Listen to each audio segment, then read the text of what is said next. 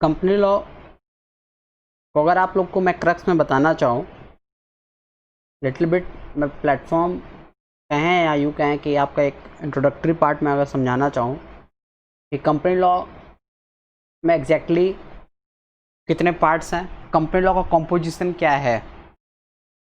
तो company law के अगर आप कंटेंट को समझो तो कंपनी लॉ में क्या क्या है, एक्ट है, रूल्स है, सर्कुलर्स है, नोटिफिकेशंस है एंड ऑर्डर है। मतलब कि कंपनी लॉ में आपके एक्ट भी है। कंपनी लॉ जो आपका है फिलहाल आज के करंट डेट में कौन सा एक्ट एप्लीकेबल है, एट प्रेजेंट करंट डेट में कंपनीज एक्ट 2013 एप्लीकेबल है। ये आप लोगों को पता होगा। तो आप लोग के सिलेबस में भी कंपनी एक्ट 2013 ही एप्लीकेबल है। प्रीवियस कंपनी लॉ कौन सा था? प्रीवियस कंपनी लॉ था कंपनीज एक्ट 1956। तो फिलहाल अभी आपके कंट्री में कौन सा कंपनी लॉ एप्लीकेबल है? Companies act 2013। ठीक है, तो कंपनी एक्ट 2013 एप्लीकेबल है, उसी को कंपनी लॉ कहा जाता है। कंपनी लॉ का कंपोजिशन क्या है? कंपनी लॉ का अगर हम कंपोजिशन पे आते हैं तो कंपनी लॉ में एक्ट्स है, रूल्स है, सर्कुलर्स है, नोटिफिकेशंस है एंड ऑर्डर्स है। पहले समझते हैं एक्ट क्या होता है। कंपनी एक्ट 2013 लाया गया, इसके पहले कंपनी एक्ट 2013 के पहले कौन सा कंपनी एक्ट था? उसके पहले एप्लीकेबल था कंपनीज एक्ट 1956। ठीक है, कंपनी एक्ट 1956 एप्लीकेबल था। उसके बाद में कंपनी एक्ट 2013 आया। तो कंपनीज लॉ जो है इसके कंटेंट में अगर हम जाते हैं, कॉम्पोजिशन में जाते हैं, तो ये क्या है, इसके अंदर क्या क्या है, एक्ट्स है, रूल्स है, सर्कुलर्स है, नोटिफिकेशंस है एंड ऑर्डर्स है। पहला आता है एक्ट, है ना। कंपनीज एक्ट 2013 में पहले क्या आता है, एक्ट।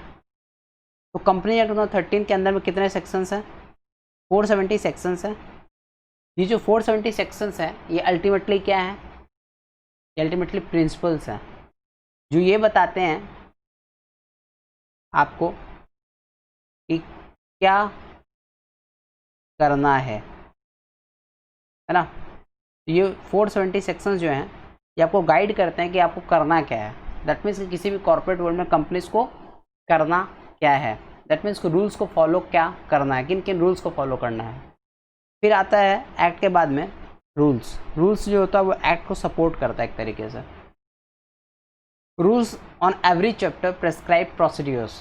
दैट मीन्स रूल्स बताता है कि कैसे करना है। एक्ट कहता है क्या क्या रूल्स फॉलो करना है, रूल्स बताता है कैसे उन सेक्शंस को, उन रेगुलेशंस को फॉलो करना है। तो रूल क्या बताता है, प्रोसीड्योर, कैसे करना है। ठीक है, तो रूल्स के अंदर में आता है प्रोसीड्योर्स, बताया जाता है कैसे फॉर्म फाइलिंग करना है, स्टेप्स क्या हैं फॉर्म फाइलिंग करने के, रजिस्ट्रेशन करने के, नया कंपनी लॉन्च करने का। ठीक है ना, तो ये स्टेप्स प्रोसीड्योर्स बताता है।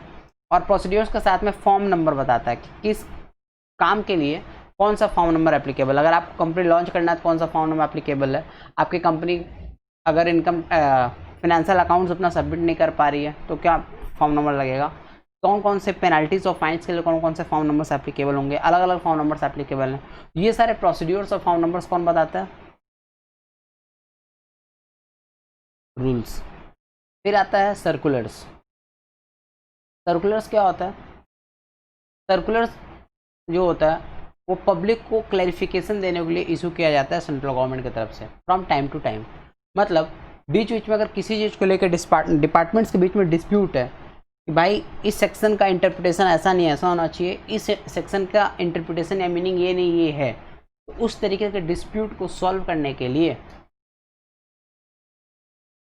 तो दैट कि जो डिफरेंट डिपार्टमेंट्स हैं उनके बीच में डिस्प्यूट ना हो, उस डिस्प्यूट को सॉल्व करने के लिए सर्कुलर्स इशू किया जाता है by government from time to time.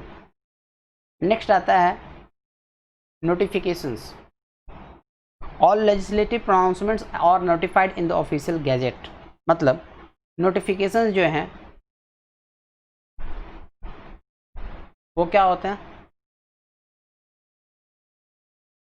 Simple सा बात है, जब भी लेजिस्लेटिव प्रोनाउंसमेंट्स किया जाता है, मतलब लेजिस्लेटिव अनाउंसमेंट्स किया जाता है कुछ, तो उसे नोटिफाई किया जाता है, उसे नोटिफाई किया जाता है, बताया जाता है लोगों को। तो नोटिफिकेशन का तरीका क्या होता है? नोटिफाई किया जाता है इन the official gadget of India. That means Bharat के राजपत्र में नोटिफाई किया जाता है कि आज से ये रूल एप्लीकेबल हो गया, आज से ये एक्ट एप्लीकेबल हो गया, आज से ये सर्कुलर जारी किया गया है, ये सब रूल्स एप्लीकेबल हो गए। तो इस तरीके के जो नोटिफिकेशन है, कैसे आपको पता चलेगा? आपको नोटिफाई करने के लिए नोटिफिकेशन इशू किया जाता है गवर्नमेंट के द्वारा, लेजिस्लेटिव प्रोनाउंसमेंट्स इशू किया जाता है, नोटिफाई किया जाता है थ्रू दिस नोटिफिकेशंस। ये नोटिफिकेशंस कैसे किए जाते हैं? Through the official gadget of India, Bharat के राजपत्र के द्वारा बताया जाता है। तो इसका साइट होता है, आप जाओगे कभी भी egazette.nic.in पे जाओगे तो आपको भारत का राजपत्र मिल जाएगा, जहाँ पे बताया गया है, जहाँ पे डेली बेसिस पर कुछ ना कुछ नोटिफिकेशन गवर्नमेंट की तरफ से आते रहता है, अनाउंसमेंट्स आते रहता है, वो यहाँ पे नोटिफाई किया जाता है। आप यहाँ पे जाके देख सकते हो साइट पे। नेक्स्ट आता है ऑर्डर। ऑर्डर क्या होता है? अगर आप समझो तो ऑर्डर रूल्स के जैसा ही होता है, ये भी बताता है कि कैसे करना है। और मोस्टली ऑर्डर्स जो होते हैं वो लेजिस्लेटिव इन नेचर होते हैं। दैट मीन्स वो लेजिस्लेटिव नेचर में होते हैं। दैट मीन्स कि उन्हें इशू ही किया जाता है। ऑर्डर्स इशू क्यों किया जाता है?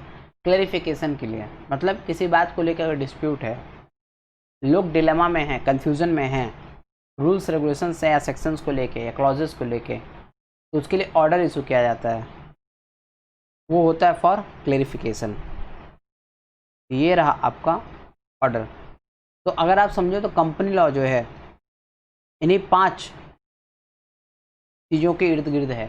मतलब कंपनी लॉ के अंदर में कॉम्पोजिशंस क्या हैं? एक्ट्स हैं, रूल्स हैं, सर्कुलेशंस हैं, सर्कुलर्स हैं, नोटिफिकेशंस एंड ऑर्डर्स हैं।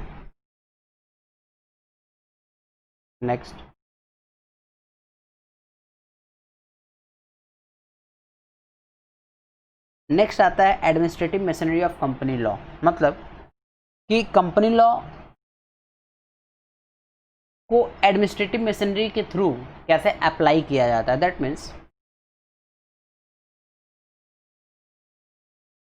कंपनीज एक्ट 2013 लोकसभा राज्यसभा से पास तो कर दिया गया, इन्फोर्सेबल तो कर दिया गया, कहा तो दिया गया कि इन्फोर्सेबल है, आज से लागू है, पर उसे इन्फोर्स कराने के लिए आपको एडमिनिस्ट्रेटिव मशीनरी की ज़रूरत पड़ती है, जो लोग इन्फोर्स करवाते हैं। दैट मीन्स जो लागू करवाते हैं। तो कंपनी लॉ को लागू किया जाता है 3 स्टेप्स में।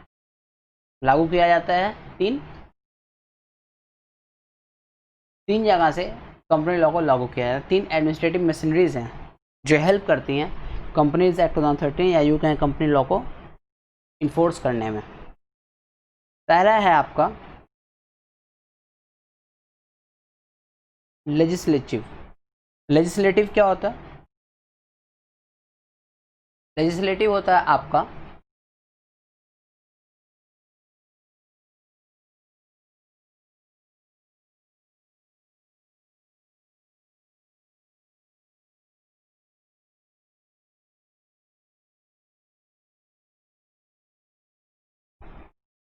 लोकसभा और राज्यसभा।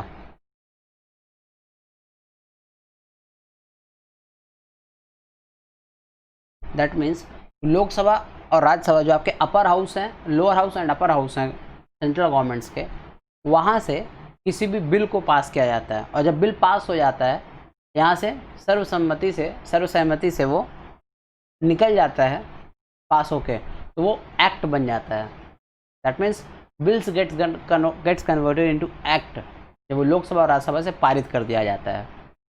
तो कोई भी नए रूल्स आते हैं, जब आप देखो कि यार कोई भी नया एक्ट आता है, कोई भी नया चेंज आता है, कोई भी नया अमेंडमेंट आता है, तो उससे पहले लोकसभा में लेके जाया जाता है, वहाँ पे डिस्कशन किया जाता है। लोगों का जो वहाँ पे लोक प्रतिनिधि हैं, जो लोग चुन के गए हैं, उन लोगों का उसमें क्या लिया जाता है? एडवाइस लिया जाता है, इनके क्या राय हैं, फिर वहाँ पे वो लोग पास कर देते हैं, सहमति दे देते हैं, तो राज्यसभा में जाता है। राज्यसभा में लोग फिर डिस्कस करते हैं उस पर, राज्यसभा के मेंबर्स डिस्कस करते हैं, एडवाइस देते हैं, एंड देन अगर सहमति होती है लोगों की तो राज्यसभा से भी पास कर दिया जाता है। लोकसभा और राज्यसभा दोनों से जब कोई बिल पास होता है उसके बाद ही वो क्या बनता है, एक्ट, और एक्ट बनने के बाद ही वो क्या होता है, इन्फोर्स होता है। दैट मीन्स उसके बाद ही वो इन्फोर्सिएबल होता है, लागू होता है। तो कंपनीज एक्ट 2013 जो है वो कंपनीज बिल बन के आया था, जब कंपनीज बिल के नाम से आया था, लोकसभा और राज्यसभा से पास किया गया, तब जाके वो बना है एक्ट। तो कंपनी लॉ को लागू कैसे किया गया, तो लेजिस्लेटिव लेवल पे लागू किया गया पहले थ्रू पार्लियामेंट। फिर दूसरा MCA, ministry of corporate affairs, मतलब मिनिस्ट्री ऑफ कॉर्पोरेट अफेयर्स जो होता है हमारा, जो हमारा एमसीए है वो टाइम टू टाइम क्या करते रहता है, नए नए rules, forms, circulars, orders issue करते रहता है, सो दैट कि कॉर्पोरेट गवर्नेंस अच्छे से हो सके। नए नए रूल्स लाते रहता है, चेंजिंग एनवायरनमेंट को देखते हुए। फॉर्म्स बताते रहता है कि किस किस चीज़ के लिए किस किस तरीके के फॉर्म्स यूज़ किए जाएंगे। सर्कुलर्स एंड ऑर्डर्स इशू करता है, क्लैरिफिकेशंस इशू करते रहता है एमसीए। तो ये दो लेजिस्लेटिव बॉडीज़ हैं, पार्लियामेंट और एमसीए, दो लेजिस्लेटिव बॉडीज़ हमें हेल्प करती हैं कॉर्पोरेट गवर्नेंस में, या यूँ कहें कंपनी लॉ को इन्फोर्स करने में, लागू करने में। और पार्लियामेंट के थ्रू क्या क्या पास किया जाता है, पार्लियामेंट के थ्रू डायरेक्ट एक्ट्स और अमेंडमेंट्स पास किए जाते हैं। लाइक कंपनी एक्ट 2013 पास किया गया, फिर बाद में अमेंडमेंट आया तो कंपनीज एक्ट 15 पास किया गया, फिर बाद में चेंजेस आया, अमेंडमेंट्स आया तो कंपनी एक्ट 17 पास किया गया। अमेंडमेंट क्या होता है, चेंजेस, जो चेंजेस आते रहते हैं उनको फिर बीच बीच में गवर्नमेंट नोटिफाई करते रहता है, ये चेंजेस नए लाए गए हैं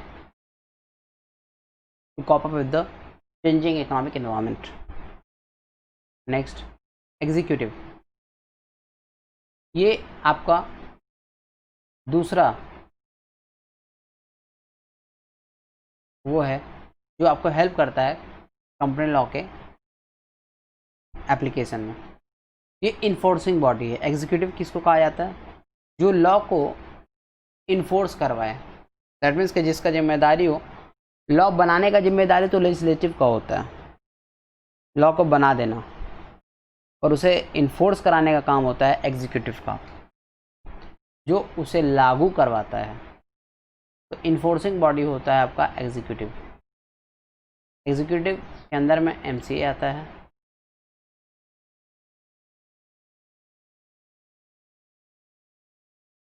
एग्जीक्यूटिव के अंदर में ही आरडी आता है, और एग्जीक्यूटिव के ही अंदर में आरओसी भी आता है।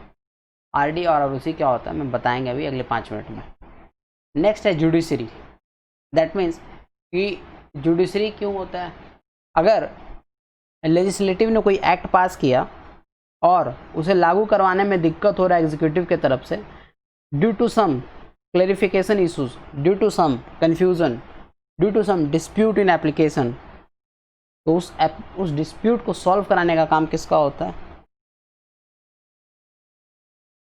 जुडिशरी का। ठीक है,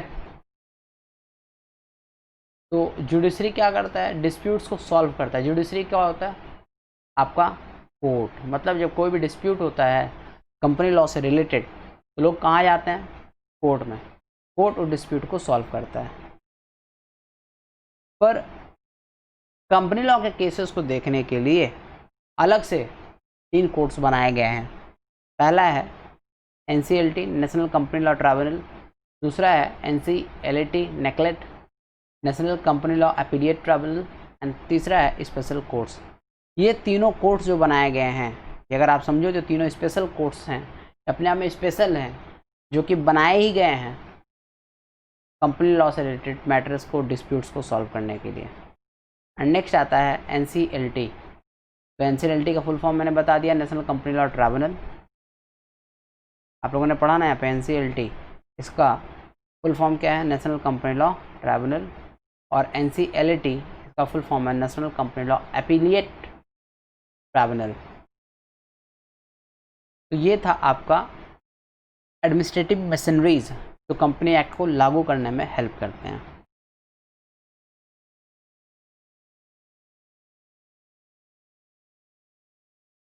नेक्स्ट आता है कि मिनिस्ट्री ऑफ कॉर्पोरेट अफेयर्स जो है, MCA जो है, वो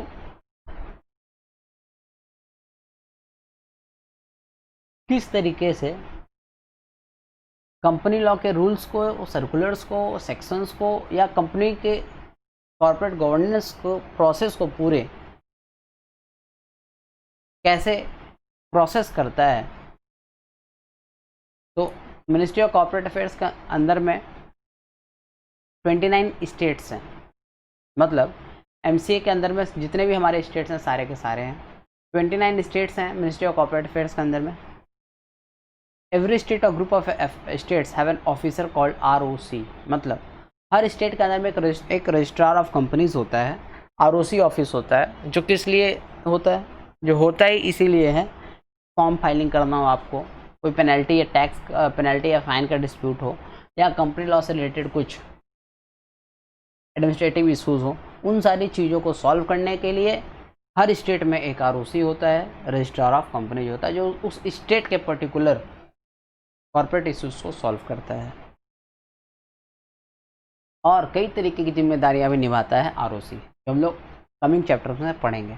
ROC के और बहुत सारे फंक्शंस हैं। Next, zones. India is divided into 7 zones and every zone has an officer called regional director.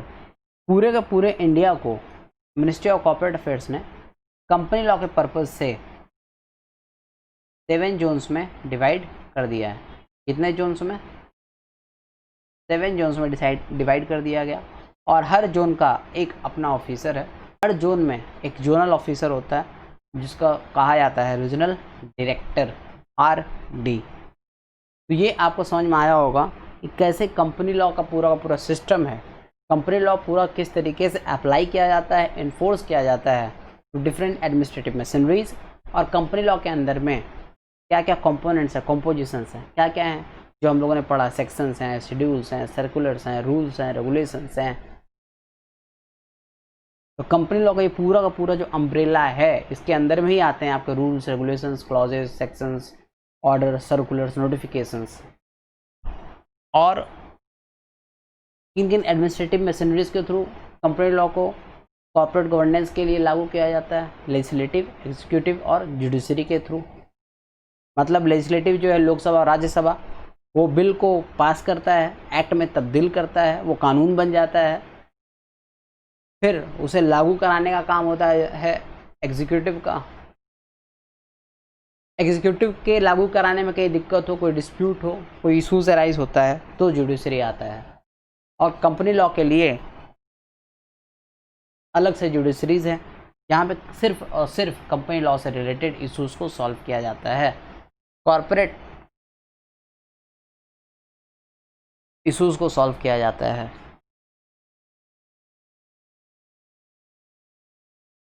और क्या नाम है उन जुडिशरीज का? NCLT, national company law tribunal, necklet, national company law appellate tribunal, और स्पेशल कोर्ट्स।